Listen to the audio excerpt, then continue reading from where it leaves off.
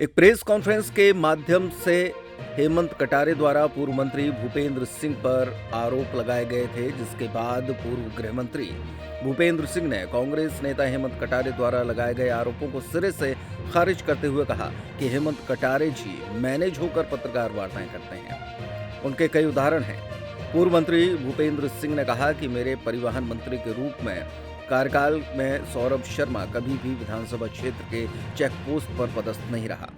अगर कभी उसकी पोस्टिंग मालथौन चेक पोस्ट पर रही है तो हेमंत कटारे उसका आदेश और तारीख बताएं। अगर ये प्रमाणित कर दें तो मैं राजनीति से संन्यास ले लूंगा। उन्होंने कहा कि मैं हेमंत कटारे पर मानहानि का केस करूंगा। पूर्व मंत्री भूपेंद्र सिंह ने कहा कि मैं हेमंत कटारे से पूछना चाहता हूं कि ऐसी कौन सी नोटशीट है जिसमें मैंने सौरभ शर्मा की नियुक्ति के लिए अनुशंसा, सिफारिश या अनुमोदन किया हो। ये तो बहुत दूर की बात है। मैंने विचार करने के लिए भी लिखा हो तो वो नोटशीट बताएं। उन्होंने कहा कि क्या पत्रकार वार्ता करके हेमंत कटारे, सौरभ शर्मा और किसी को बचाना चाहते हैं? जब जांच एजेंसियां जांच कर रही हैं तब पत्रकार वार्ता का क्या औचित्य है? जांच में सब सामने आ जाएगा। पूर्व मंत्री श्री सिंह ने बताया कि हेमंत कटारे मैनेज होकर पत्रकार वार्ताएं करते हैं। ये कई मामलों में सिद्ध हो चुका है। विधानसभा में पहले जो आरोप लगाते हैं, बाद में उसी के समर्थन में पत्र लिखते हैं। उन्होंने कहा कि हेमंत कटारे ने सुधीर शर्मा पर आरोप लगाया, बाद में खंडन किया। उन्होंने विपक्ष में रहकर सरकार के खिलाफ जो भी विषय उठाए, उनमें बाद में उन्होंने क्या क्या किया, कैसे मैनेज हुए, ये हेमंत कटारे बताएं। भूपेंद्र सिंह ने आरोप लगाते हुए कहा कि हेमंत कटारे स्वयं एक महिला पत्रकार के साथ बलात्कार करने के आरोपी रहे हैं, जिसमें एफएसएल जांच में बलात्कार को किस तरह पॉजिटिव से नेगेटिव कराया गया, ये कहानी भी मैं बताऊंगा। उन्होंने कहा कि हेमंत कटारे का आईएसबीटी पर पेट्रोल पंप है, भोपाल में अनेक संपत्तियां हैं, ये कहां से आई। भूपेंद्र सिंह ने उनके भाई को भी नहीं छोड़ा। बताया कि भाई योगेश कटारे पर 35 आपराधिक केस हैं। आईएसबीटी पेट्रोल पंप के पास जो झुग्गी झोपड़ियां हैं, उनमें उनके भाई योगेश कटारे के संरक्षण में गांजा, अफीम, ब्राउन शुगर बेचने का काम होता है, जिसकी जांच के लिए मैं पुलिस को लिख रहा हूं। ये भिंड से चुनाव कैसे जीते, ये भी सबको मालूम है। उनके भाई भोपाल से अपराधियों को भिंड ले जाकर बूथ कैप्चरिंग करके चुनाव जीते हैं। उन्होंने कहा कि हेमंत कटारे ये भी बताएं कि परिवहन घोटाले के आरोपियों ने इस पत्रकार वार्ता के लिए कैसे मैनेज किया। पूर्व मंत्री भूपेंद्र सिंह ने कहा कि जांच एजेंसियों को हेमंत कटारे की भी कॉल डिटेल निकाल कर देखना चाहिए।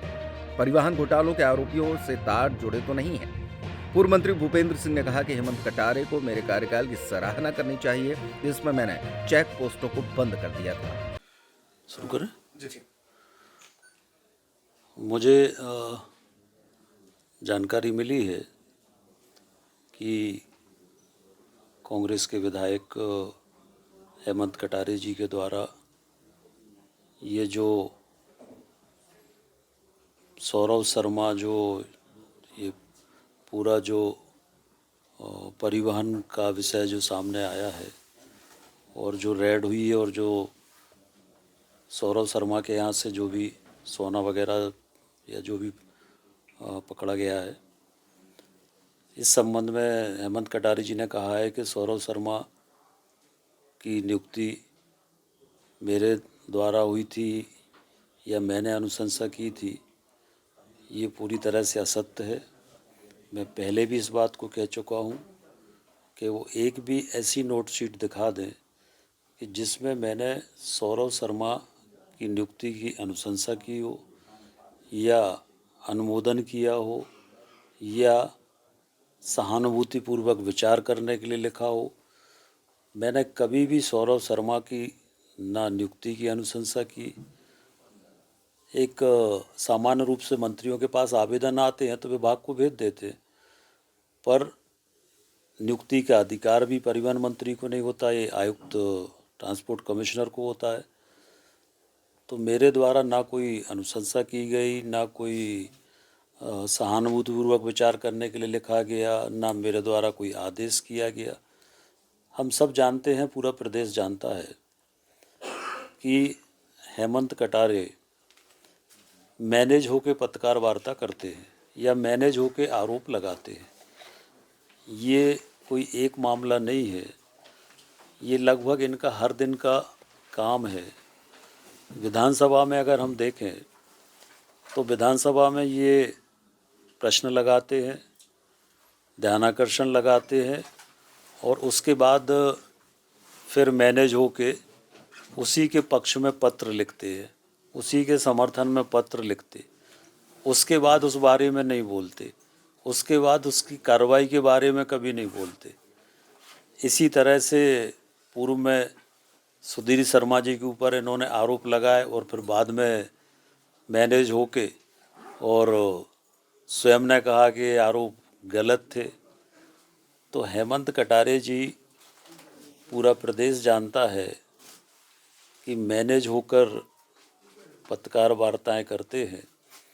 जब इस मामले में ये जो रेड हुई है, जब सारी जांच एजेंसियां जांच कर रही हैं, इनकम टैक्स भी जांच कर रहा है, ईडी भी जांच कर रही है, लोकायुक्त भी जांच कर रहा है, जब सारी जांच एजेंसियां जांच कर रही है, तो क्या पत्रकार वार्ता करके जांच एजेंसियों को प्रभावित करने का प्रयास है?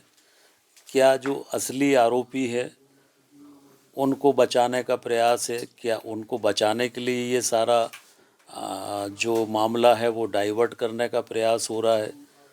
पर मैंने पहले भी कहा और आज फिर कह रहा हूँ कि जांच में सत्यता आएगी और जो भी आरोपी हैं वो सारे आरोपी, उन पर कार्रवाई सरकार करेगी। जहाँ तक हेमंत कटारे जी का सवाल है, ये स्वयं 376 के आरोपी रहे हैं और 376 एक महिला पत्रकार की तरफ से ये केस रजिस्टर्ड हुआ था और उस केस में मुझे मालूम है कि उस एफएसएल के माध्यम से वो जो पॉजिटिव रिपोर्ट थी रेप की, उसको किस तरह से नेगेटिव किया गया, वो पूरी कहानी मुझे पता है। वो भी मैं सामने लाऊंगा कि कैसे वो नेगेटिव रिपोर्ट हुई। इसकी पुनः जांच के लिए भी मैं लिखूंगा। और हेमंत कटारे जी की भोपाल में आज अनेक प्रॉपर्टी हैं, अनेक संपत्ति हैं, ये कहाँ से आई? हेमंत कटारे जी का जो आईएसबीटी पर पेट्रोल पंप है, उस पेट्रोल पंप के आजू बाजू में जो झुग्गी झोपड़ियाँ हैं, उन झुग्गी झोपड़ियों में इनके भाई योगेश कटारे के संरक्षण में गांजा बेचा जा रहा है, ब्राउन शुगर बेची जा रही है, तमाम तरह के नशीले पदार्थ बेचे जा रहे हैं। इनके खुद भाई के ऊपर, योगेश कटारे के ऊपर 35 आपराधिक प्रकरण हैं और ये चुनाव के समय भी भिंड में कैसे चुनाव जीते ये भी मुझे मालूम है। भोपाल से अपराधियों को ले जाकर बूथ कैप्चरिंग करके ये इन्होंने चुनाव जीता। तो वो पूरे समय भोपाल में रहकर और मैनेज होकर इसी तरह से लोगों पर आरोप लगाते हैं, पर मैं उनको मैनेज करने वाला नहीं हूँ। मेरा राजनीतिक जीवन खुली किताब की तरह है। और उन्होंने कहा कि सौरभ शर्मा की नियुक्ति मालथोन चेक पोस्ट पर मेरे समय में हुई थी। मेरे समय में सौरभ शर्मा की न केवल मालथोन चेक पोस्ट, किसी भी चेक पोस्ट पर नियुक्ति नहीं हुई। मेरे समय में ऐसा परिवहन मंत्री था जिसने पूरे प्रदेश में चेक पोस्ट बंद कर दिए थे। तो उनको तो मेरी प्रशंसा करना चाहिए कि मैंने तो चेक पोस्ट बंद किए थे। तो वो तो उल्टा प्रशंसा करने की जगह आरोप लगा रहे हैं। तो ये सब किसके कहने पे कर रहे हैं, क्यों कर रहे हैं, ये सब जानते हैं। और ये पूरी तरह से एक असली आरोपियों को बचाने के लिए मामले को डाइवर्ट करने की कोशिश हो रही है। और हेमंत कटारे जी से मुझे प्रमाण पत्र लेने की ज़रूरत नहीं है। शायद उनको मेरे पारिवारिक इतिहास की जानकारी नहीं है, मेरी पैतृक संपत्ति की जानकारी शायद उनको नहीं है, और इसलिए उनने इस तरह की बात की। हमारे पिताजी ने 25 एकड़ ज़मीन जिसकी कीमत 500 करोड़ है, मंदिर के लिए दान दी है। तो जिसके पिता 25 एकड़ मंदिर के लिए दान 500 करोड़ की ज़मीन दे रहे हैं, वो क्या ऐसे ये इस तरह की गंदगी करेगा क्या?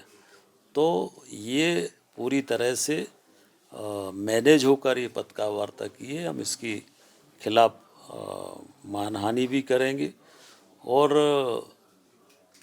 ये क्यों हो रहा है, इसके पीछे कौन है, ये सबको मालूम है। और कैसे कैसे मैनेज होते हैं ये भी मुझे पता है, और इसमें भी कैसे मैनेज हुए वो भी मुझे पता है, और इसमें भी क्या मिला वो भी मुझे पता है। इन पे कुछ रोशनी डालना चाहेंगे इन चीज़ों पर? तो मैं सब बता दिया, सारा स्पष्ट कर दिया जैसे आपने कि कहा कि वो मैनेज होके कर रहा सब जानते हैं कहाँ से मैनेज। जो असली आरोपी हैं वो अपने बचने के रास्ते ढूंढ रहे हैं और जांच एजेंसियों को गुमराह करने की कोशिश करते हैं, अपने ऊपर आरोपों से बचने के लिए मामलों को प्रायोजित करने की कोशिश करते हैं। पर मैं कह रहा हूँ कि जब जांच हो रही है, जांच एजेंसियां क्या, उनका क्या काम है? उनका यही तो काम है कि सौरभ शर्मा की पोस्टिंग कब कब हुई, कहाँ कहाँ कब कब पोस्टिंग उनकी हुई। और मैं बता दूं कि जितनी भी उनकी पोस्टिंग हुई है वो सारी पोस्टिंग जो हुई है वो किस अवधि में हुई है वो भी सबको पता है, रिकॉर्ड है। मेरे समय मैंने किसी चेक पोस्ट पर सौरभ शर्मा की नियुक्ति नहीं की। वैसे इस मामले आने के बाद लगातार आपको टारगेट किया जा रहा है। पहले सेंट्रल उसमें आपकी प्रॉपर्टी की, भोपाल में प्रॉपर्टी को लेकर सवाल उठाए गए, अब ये प्रेस कॉन्फ्रेंस की गई, आपको टारगेट क्यों किया जा रहा है, क्या लगता है? देखिए, अब जैसे उसी विषय में कहा कि मेरा भोपाल में प्लाट है, अरे मैंने तो अपने एफिडेविट में दिया है उसको, तो इसमें नई बात क्या थी? मेरे अपने नाम से मैंने अपना जो चुनाव में शपथ पत्र दिया उसमें लिखा हुआ है, तो इसमें सनसनीखेज क्या था? ऐसी कौन सी चीज़ थी जो मैंने छुपाई थी? मैंने तो चेक से पेमेंट किया, चेक से पेमेंट करके अपने नाम से खरीदा, कोई बेनामी थोड़ी खरीदा। तो मैंने कौन सा गलत काम किया? तो उसमें कोशिश की गई कि किसी भी तरह से, कुल मिला के जो इसके असली आरोपी है वो असली आरोपी अपने बचाव के लिए ये तरह तरह के षड्यंत्र कर रहे हैं। ये कोई षड्यंत्र सफल नहीं होंगे, और जो आरोपी हैं वो आप देखेंगे कि सबके सामने वो आरोपी जल्दी आएंगे।